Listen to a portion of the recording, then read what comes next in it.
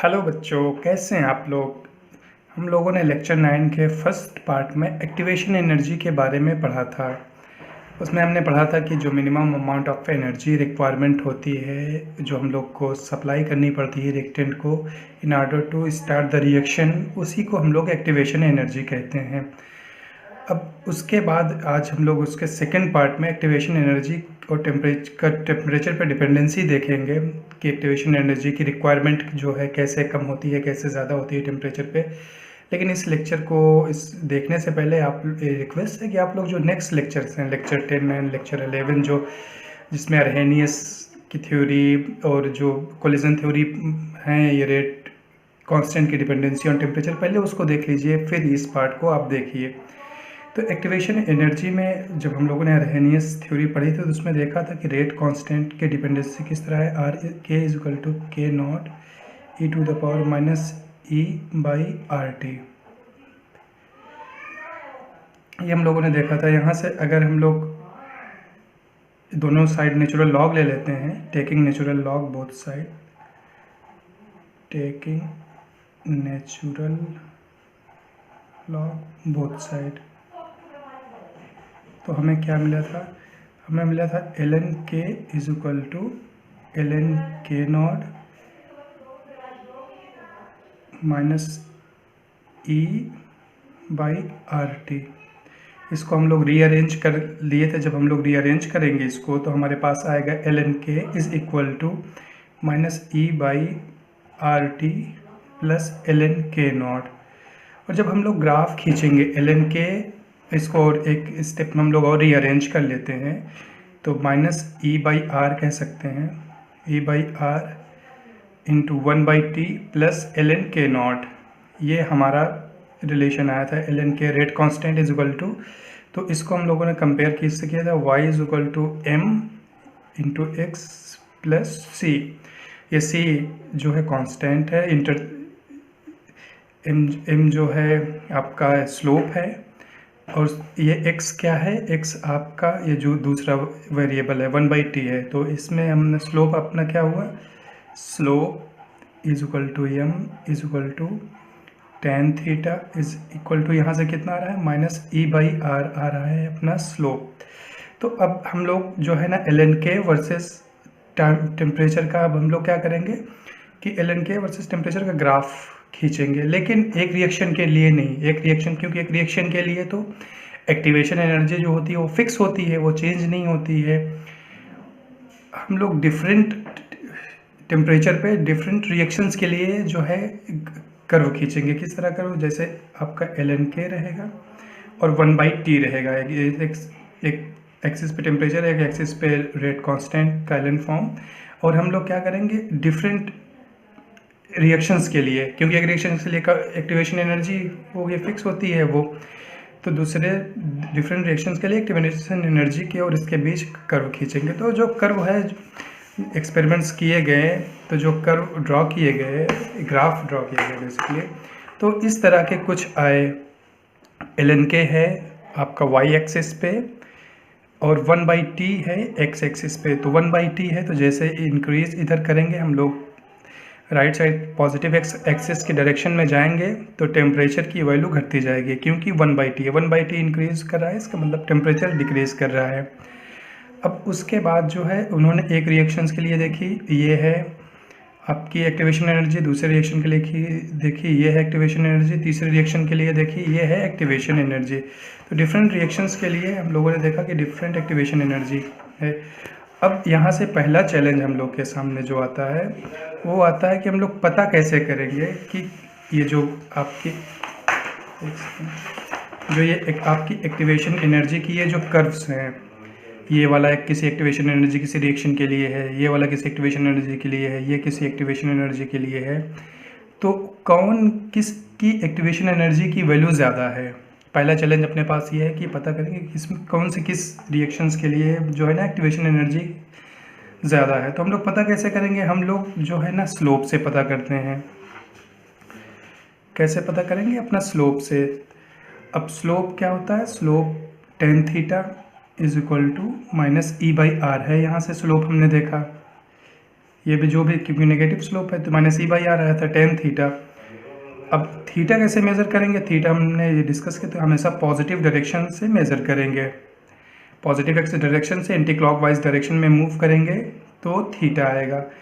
अब देखिए tan theta है तो यहाँ से बहुत प्रॉपरली विजिबल है कि tan थीटा 90 डिग्री होता है, तो ये इस तरह का ग्राफ आता है अपना, एकदम straight line parallel to the आपका y एक्सिस। लेकिन क्योंकि कोई भी ग्राफ एकदम straight parallel to the y axis नहीं आ रहे हैं, मतलब ये 1/t पे कोई परपेंडिकुलर नहीं है, लंबवत नहीं है, टेम्परेचर 1 टेम्परेचर पे कोई लंबवत नहीं है। इसका मतलब कि ये सारे जो ग्राफ्स हैं 90 डिग्री से ज़्यादा हैं। और ये देख रहे हैं कि ये सब कोई भी स्ट्रेट लाइन नहीं है, मतलब कोई एक्स एक्सिस के समानांतर नहीं है, एक्स एक्सिस के पैरेलल नहीं है, तो इसका मतलब 180 डिग्री भी नहीं है कोई। क्योंकि यहाँ से जैसे आपका टेम्परेचर हम लोग मेज़र कर रहे थे, इस वक्त ये मान लीजिए 110 होगा, यही टेम्परेचर जिसे बढ़ के इस तरह हो गया तो ये 150 160 हो जाएगा, फिर एकदम स्ट्रेट लाइन जब हो जाएगा तो 180 हो जाएगा। तो हमने देखा कि tan ये थीटा की वैल्यू जो है ना इंक्रीज़ कर रही है। तो थीटा की वैल्यू कहाँ से 90 से यूजुअली ज़्यादा है और लेस देन कितना है 180 है। ये है थीटा की रेंज। तो tan थीटा हम लोग देखेंगे कि इस रेंज में 90 डिग्री से 180 डिग्री में tan थीटा कैसा होता है। बेसिकली हम लोग ये देखना चाह रहे हैं कि ये जो कर्व है, ये जो ग्राफ आ रहा है, ये जो आपका एक्टिवेशन एनर्जी का, उसमें कौन सा ग्राफ जो कौन सा ये वाला है, इसकी एक्टिवेशन एनर्जी ज़्यादा है या इसकी एक्टिवेशन एनर्जी ज़्यादा है या इसकी एक्टिवेशन एनर्जी कितना ज़्यादा है, किसकी ज़्यादा है तीनों में। तो हमने कहा कि हम लोग किससे निकालेंगे, हम लोग ये जो स्लोप है उससे निकालते हैं। तो स्लोप tan थीटा है। अब अगर दो तरीके से इसको हम यहाँ से आगे प्रोसीड कर सकते हैं। यदि अगर हमें किसकी वैल्यू मालूम हो, tan की वैल्यू मालूम हो, जैसे एक बार देख लीजिए कि tan थीटा की अगर वैल्यू होती मान लीजिए 120, तो यहाँ पे tan theta is equal to 120 degree होता। थीटा इज इक्वल टू कितना है 120 डिग्री। तो इस कंडीशन में क्या होता अपना tan 120 is equal to -e/r। ये है r फिक्स है, e बस चेंज होगा, थीटा पे डिपेंड कर रहा है। तो आपका इसकी वैल्यू कितनी होती -√3, -√3 है इज इक्वल टू -e/r। तो माइनस से माइनस कट जाएगा, यहाँ पे activation energy E is equal to कितना होगी √3r। अब यही tan थीटा मान लीजिए 150 डिग्री हो जाता, tan थीटा कितना होगा, एक और देख लेते हैं, थीटा इज इक्वल टू 135 होता। तो tan 135 is equal to -e/r हम लोग लिखते हैं स्लोप के बराबर। tan 135 डिग्री की वैल्यू -1 इज इक्वल टू कितना लिखते हैं e/r। तो यहाँ से E इज इक्वल टू कितना हो जाएगा आपका r के बराबर हो जाएगा।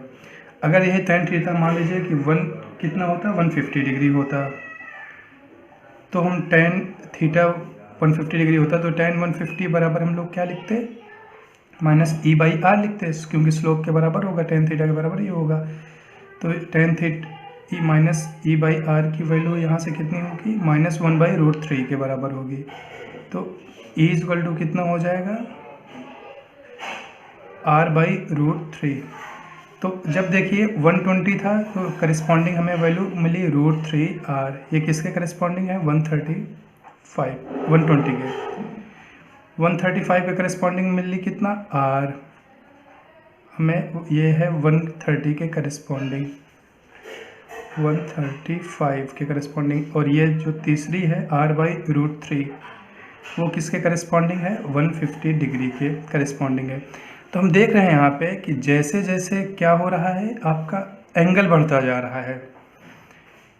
एंगल किस रेंज में हम लोग बात करें 90 to 180 में, 90 to 180 की रेंज में जैसे एंगल बढ़ेगा वैसे वैसे क्या हो रहा है आपका, किसकी वैल्यू कम होती जा रही है, एक्टिवेशन एनर्जी की वैल्यू कम। पहले √3r आई सबसे ज़्यादा, हम जानते हैं √3r 1.7 के आसपास होता है, 1.7r, और फिर r आई, फिर r/√3, r में √3 से डिवीज़न हो गया है। तो अब ये देखेंगे कि एंगल जितना ज़्यादा है, मतलब थीटा जितना ज़्यादा है, एक्टिवेशन एनर्जी उतनी कम होगी। अगर कोई लाइन एकदम फ्लैट है तो उसकी एक्टिवेशन एनर्जी उतनी ही कम होगी, अगर कोई लाइन एकदम परपेंडिकुलर है एक्स एक्सिस पे तो उसकी उतनी ही ज़्यादा होगी। एक तरीका तो ये हो सकता है कि हम लोग को अगर थीटा मालूम हो या देख के अंदाज़ा लगा लें कि किसका थीटा ज़्यादा होगा तो उसकी एक्टिवेशन एनर्जी कम होगी। दूसरा तरीका होगा कि हमें ln का अगर ग्राफ मालूम हो कि ln x का ग्राफ कैसे होता है, तो ये 0 डिग्री हो गया, ये π/2 90 हो गया, ये 3π/2, ये पाई कह लीजिए 180, क्योंकि 90 to 180 हम लोग देख रहे हैं वो कैसे होगा। तो जो π/2 के करीब होता है वैसे होता है ln का ग्राफ। π/2 पे जो है वो आपका होता है इनफाइनाइट होता है, और जो पाई पे होता है tan 180 पे, tan 180 की वैल्यू कितनी होती है, 0 होती है, तो यहाँ पे 0 आएगा।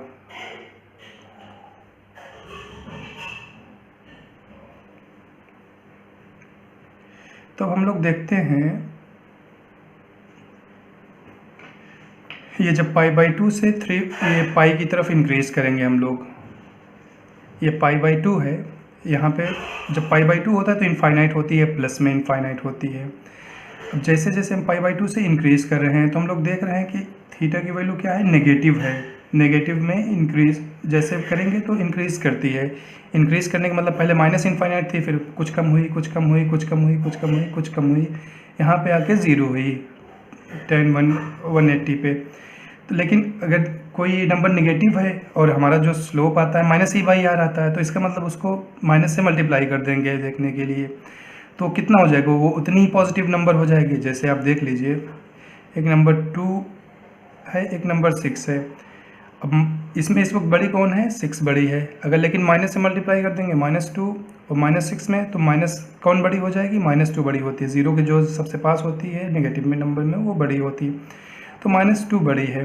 तो यहाँ पे ये माइनस इनफाइनाइट सबसे छोटा है, लेकिन अगर आपने उसको प्लस किया तो वो क्या होगा, सबसे बड़ा हो जाएगा।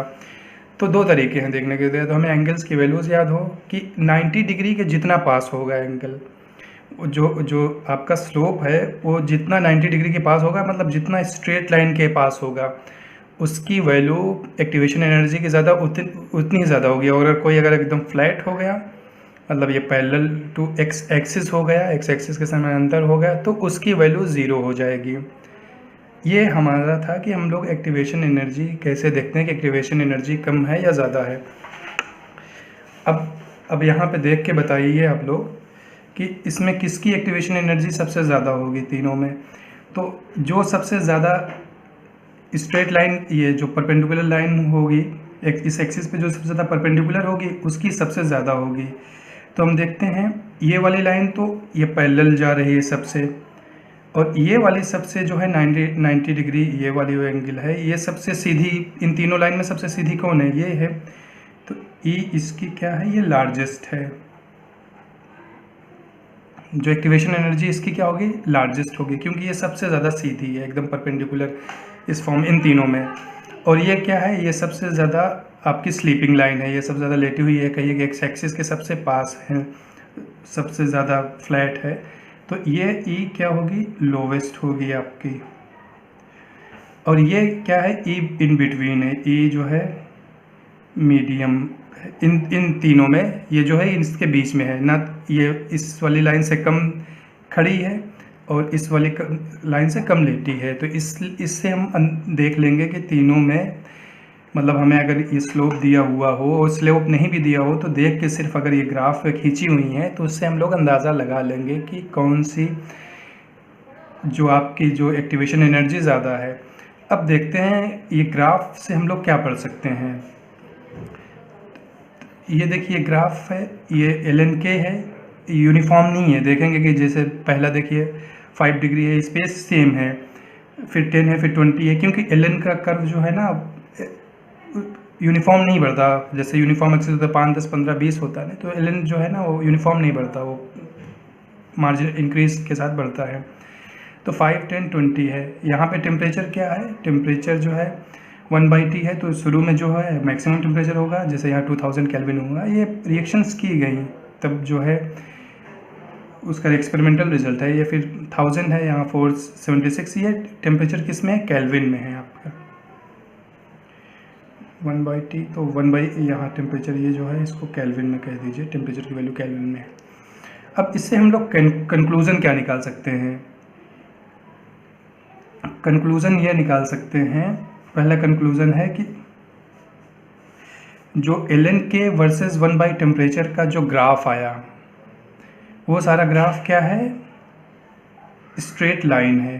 पहला कंक्लूज़न हमारा है कि ln k वर्सेस 1/t का जो अपना ग्राफ आएगा वो सारा स्ट्रेट लाइन होगा, जो अभी हम लोग वहाँ से देख रहे थे, यहाँ से भी सीधे दिख रहा है कि ये क्या है, ये स्ट्रेट लाइन है। और स्लोप कैसा है इसका? सारे ग्राफ का, सारे जो आपकी एनर्जी हैं सबका नेगेटिव है। तो पहली पॉइंट्स जो हम लोग पहला कंक्लूज़न यहाँ से निकाल सकते हैं वो ये है कि ln k वर्सेस 1/t का जो ग्राफ होगा वो स्ट्रेट लाइन होगा, लेकिन स्लोप जो है नेगेटिव आएगा। पहली चीज़ हम लोगों ने ये निकाली। दूसरा कंक्लूज़न क्या निकाल सकते हैं कि ये देखिए, जैसे ये आपकी ये वाली जो है ये वाला ग्राफ जिसकी सबसे ज़्यादा टेम्परेचर, सबसे ज़्यादा एक्टिवेशन एनर्जी है, तो आप जैसे एक्टिवेशन एनर्जी में टेम्परेचर में चेंज देखेंगे तो इस वाले ग्राफ से थोड़ा सा ज़्यादा बेटर देख सकते हैं हम लोग कि ये देखिए कि एक नंबर मान लीजिए, 2 नंबर, तो इसमें पहले तो आप लोग ये बताइए कि कौन सी एक्टिवेशन एनर्जी ज़्यादा होगी, तो कौन परपेंडिकुलर ज़्यादा है? ये वाली परपेंडिकुलर ज़्यादा है, तो ई जो है ना लार्ज है। दूसरी वाली क्या है? ई जो है, जो ब्लू वाली लाइन, अगर आपको ब्लू कलर शो हो रहा होगा, नंबर 2 है, ई जो है स्मॉल है।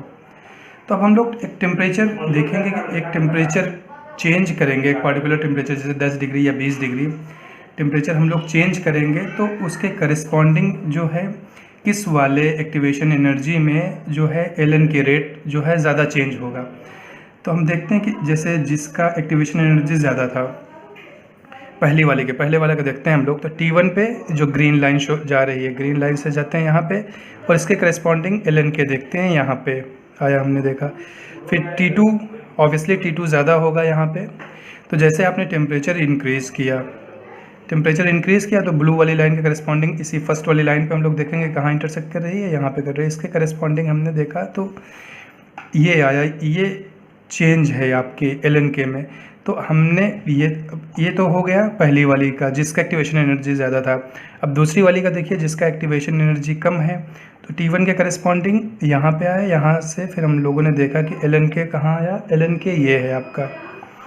फिर T2 टेम्परेचर के करस्पॉन्डिंग जो दूसरी वाली जो स्मॉल जिसकी एक्टिवेशन एनर्जी है वो देखेंगे तो वो ये ब्लू वाली लाइन पे यहाँ पे इंटरसेक्ट कर रहा है। यहाँ से फिर देखा तो हमने ln के पे, तो यहाँ पे तो ये देखिए जो जिसकी एक्टिवेशन एनर्जी ज़्यादा थी, जिस वाली एक्टिवेशन एनर्जी ज़्यादा थी, तो उसके करस्पॉन्डिंग जो है टेम्परेचर जब हमने चेंज किया तो उसमें जो चेंज आया ln के में वो ज़्यादा है। तो हम लोग ये कहेंगे कि जिस ऐसी रिएक्शंस जिनकी एक्टिवेशन एनर्जी ज़्यादा है वो टेम्परेचर के ज़्यादा सेंसिटिव हैं। मतलब अगर आप उसमें टेम्परेचर चेंज करोगे तो उसमें जो ln के है या रेट ऑफ रिएक्शन में जो चेंजेस होंगे वो ज़्यादा होंगे। अब जबकि जो ऐसी रिएक्शंस जिनकी एक्टिवेशन एनर्जी कम है तो उसमें हम लोग सिमिलर चेंज करेंगे, उसी 10 डिग्री से, मान लीजिए जो इतना चेंज है 10 डिग्री हो सकता है, 20 डिग्री कुछ भी हो सकता है, वो कम सेंसिटिव है। उसमें आपने जो चेंज किया तो आपका जो चेंज आया, ये जो ब्लैक वाली एरो से शो हो रहा होगा, स्मॉल जो एरो से जो गैप है वो कम है। तो दूसरा कंक्लूज़न हम लोग ये निकाल सकते हैं कि ऐसी रिएक्शंस जिनकी एक्टिवेशन एनर्जी ज़्यादा है वो ज़्यादा टेम्परेचर सेंसिटिव होती हैं। टेम्परेचर सेंसिटिव का मतलब आपने स्मॉल टेम्परेचर चेंज किया तो उसमें जो ln के में या रेट ऑफ रिएक्शन में जो चेंजेस आएंगे वो ज़्यादा होंगे। किसके कंपैरिजन में? उस रिएक्शंस के कंपैरिजन में जिसकी एक्टिवेशन एनर्जी कम है। तो जिसकी एक्टिवेशन एनर्जी कम है उसमें जो चेंजेस आप कर रहे हैं, आप टेम्परेचर में चेंज करोगे तो जो रेट ऑफ रिएक्शन में चेंजेस कम आएंगे। तो पहला हमने देखा था कि ln के वर्सेस टाइम 1/t का ग्राफ जो है स्ट्रेट लाइन होगा और स्लोप नेगेटिव होगी। दूसरा हमने देखा कि जो ऐसी रिएक्शंस जिनकी एक्टिवेशन एनर्जी ज़्यादा है वो टेम्परेचर सेंसिटिव होती हैं। टेम्परेचर सेंसिटिव को मतलब अगर आपने स्मॉल चेंज किया टेम्परेचर में तो उसके करस्पॉन्डिंग जो रेट ऑफ रिएक्शन में चेंजेस आएंगे वो ज़्यादा होंगे इन कंपैरिजन टू किसके, हमेशा कंपैरिजन की बात करेंगे, उस रिएक्शन के जिसकी एक्टिवेशन एनर्जी कम है, उसमें चेंजेस कम आ रहे हैं। तीसरा पॉइंट हम लोग, तीसरा कंक्लूज़न ये निकाल सकते हैं कि अब एक पार्टिकुलर रिएक्शन देखेंगे, जैसे इस वक्त हम लोग इस वाली रिएक्शन की एक्टिवेशन एनर्जी जो मीडियम यहाँ पे थी, मीडियम हाइस मतलब नहीं है, एक जस्ट एक हम लोग एक ऐसी रिएक्शन की एक्टिवेशन एनर्जी पे, सिर्फ एक ही एक्टिवेशन एनर्जी पे हम लोग टेम्परेचर का चेंजेस देख रहे हैं। तो जैसे ये वाली रिएक्शन है, यहाँ पे एक टेम्परेचर मान लीजिए 376 केल्विन था और फिर 463 केल्विन, ऑलमोस्ट 87 है, 87 डिग्री आपने चेंज किया तो रेट ऑफ रिएक्शन कितना चेंज हुआ, एल के में चेंजेस कितने हैं, 370 के करस्पॉन्डिंग एल की वैल्यू कितना है आपकी 10 है, और 463 के करस्पॉन्डिंग जाएंगे इस पर और देखेंगे एल की वैल्यू 20 है। तो आप रेट ऑफ रिएक्शन या एल में जो जस्ट डबल होने के लिए यहाँ पे आपको टेम्परेचर कितना चेंज करना पड़ा, 87। अब यहीं पे हम लोग देखेंगे कि हायर टेम्परेचर पे यही चेंजेस हम करते हैं डबल रिएक्शन करने के लिए। जैसे 1000 पे देखा गया तो 1000 के करस्पॉन्डिंग देखा गया ग्रीन लाइन से जो शो कर रही है इसी एक्टिवेशन एनर्जी पे कि एल कितना था, तो एल 100 था आपका। जब आपने वही टेम्परेचर 2000 किया तो जाके एल कितना हुआ, 200 हुआ। मतलब जस्ट यहाँ पे डबल कर रहे हैं, 100 से 200 जाने के लिए आपको टेम्परेचर कितना वेरी करना पड़ेगा, 1000 वेरी करना पड़ा। अब यहाँ पे आपको वही रेट ऑफ रिएक्शन या कहिए एल के रेट कांस्टेंट डबल करने के लिए आपको टेम्परेचर कितना वेरी करना पड़ा था, 87 के आसपास था। और यहाँ पे आपको वही रेट डबल करना था, 100 से 200 पहुँचाना था, तो आपको 1000 डिग्री केल्विन या सेल्सियस जो चेंजेस हैं, चेंजेस चाहे आप केल्विन में बोलिए चाहे सेल्सियस में, उतना चेंज करना पड़े। तो इससे कंक्लूज़न क्या निकलता है, इससे ये कंक्लूज़न निकलता है कि कोई भी रिएक्शन हो वो लोअर टेम्परेचर पे जो है ज़्यादा सेंसिटिव होती है चेंजेस में। अगर वो आप लोअर टेम्परेचर पे जो चेंजेस करेंगे तो उसमें जो चेंजेस आएंगे करस्पॉन्डिंग रेट ऑफ रिएक्शन में वो ज़्यादा होंगे in comparison to changes done at higher temperature. अगर आप 1000 डिग्री सेल्सियस से फिर टेम्परेचर चेंज करोगे तो आपको वही रिएक्शन रेट को डबल करने के लिए आपको 1000 डिग्री सेल्सियस टेम्परेचर चेंज करना पड़ेगा। मतलब अगर 1000 आपका टेम्परेचर था तो 1000 से 2000 टेम्परेचर आपको ले जाना पड़ेगा, तब आपकी कहीं रेट ऑफ रिएक्शन डबल होगी। लेकिन अगर लोअर टेम्परेचर पे देख रहे हैं तो आप सिर्फ 100 डिग्री या 87 डिग्री पे आप टेम्परेचर चेंज करेंगे, 87 डिग्री सेल्सियस टेम्परेचर चेंज करेंगे तो आपकी रिएक्शन क्या होगी, डबल हो जाएगी, रेट ऑफ रिएक्शन डबल हो जाएगी। तो तीसरा कंक्लूज़न हमारा क्या निकला कि जो एक्टिवेशन एनर्जी है वो लोअर टेम्परेचर पे ज़्यादा सेंसिटिव होती है in comparison to the higher temperature. इसका मतलब जो इफ़ेक्ट आप लोअर टेम्परेचर पे चेंज करके एक्टिवेशन एनर्जी में मिलेगा वहाँ पे आपको टेम्परेचर चेंज बहुत कम करना पड़ेगा। तो कम टेम्परेचर कर रहे हैं तो सेंसिटिव है ना, थोड़ा सा आपने चेंज किया टेम्परेचर तो रेट ऑफ रिएक्शन ज़्यादा चेंज हो गया। मतलब आपने सिर्फ यहाँ पे 80 डिग्री सेल्सियस चेंज किया, 87 डिग्री सेल्सियस, तो आपको रेट ऑफ रिएक्शन या रेट कांस्टेंट डबल हो गया। जबकि हायर टेम्परेचर पे आपको 1000 वही चेंज देखने के लिए, रेट ऑफ रिएक्शन को डबल करने के लिए आपको टेम्परेचर कितना चेंज करना पड़ रहा है, 1000 डिग्री चेंज करना पड़ रहा है। तो इसको हम लोग इस तरह कहेंगे कि reaction at lower temperature are more sensitive in comparison to the higher temperature. तो इसको जस्ट यहाँ लिखा हुआ लैंग्वेज एक बार भी आपके पास सामने पढ़ के देख ले रहा हूँ कि a given reaction is very much temperature sensitive at low temperature. कोई भी रिएक्शन है वो बहुत ज़्यादा टेम्परेचर सेंसिटिव है किस पे, लो टेम्परेचर्स पे। सेंसिटिव का मतलब आपने थोड़ा सा चेंज किया तो आपका जो चेंजेस होना चाहिए एल में वो बहुत ज़्यादा है। Then it is at high temperature, high temperature के मुकाबले अगर लो टेम्परेचर पे बहुत ज़्यादा सेंसिटिव है। इसका मतलब लो टेम्परेचर पे आप स्मॉल चेंजेस करेंगे तो आपको रिजल्ट में चेंजेस ज़्यादा देखने को मिलेंगे in comparison to the higher temperature. Higher temperature पे अगर जो चेंजेस कर रहे हैं तो आपको जो है ज़्यादा चेंजेस करने पड़ेंगे। तो फिगर से यही दिख रहा है कि अगर आपको यहाँ पे लोअर टेम्परेचर पे आपको रिएक्शन रेट डबल करना है तो आपको सिर्फ 87 डिग्री सेल्सियस का चेंज करना पड़ा। लेकिन आपको अगर हायर टेम्परेचर पे डबल करना था तो आपको 1000 डिग्री सेल्सियस आपको चेंज करना पड़ा। तो ये बेसिकली एक्टिवेशन एनर्जी की डिपेंडेंसी है टेम्परेचर पे। तो एक इम्पॉर्टेंट ये डिपेंडेंसी है, एग्ज़ाम में पूछा जाता है। ये दोनों पार्ट कंबाइन है, एक्टिवेशन एनर्जी और changes dependency of activation energy on temperature. तो इसको साथ में पढ़ेंगे, लेकिन क्योंकि एक्टिवेशन एनर्जी के बहुत सारे कॉन्सेप्ट थे तो इसलिए पहले हम लोग बेटर होगा कि हम लोग पहले उस अरेनियस लॉ पढ़ लें, कोलिजन थ्योरी पढ़ लें, उसके बाद जो इस लेक्चर का ये जो सेकंड पार्ट है उसको पढ़ेंगे तो ज़्यादा समझ में आएगा। ये एक्टिवेशन एनर्जी और रेट डिपेंडेंसी जो है, आप रेट कांस्टेंट थ्योरीज हम लोग की कंप्लीट हुई हैं। आप लोग जो है क्वेश्चंस बुक के सॉल्व करिए, जो क्वेश्चंस नहीं आएगा फिर हम लोग उसको डिस्कस करेंगे और फिर नेक्स्ट टॉपिक जो इसमें होगी उसको हम लोग आगे लेक्चर्स में लेंगे।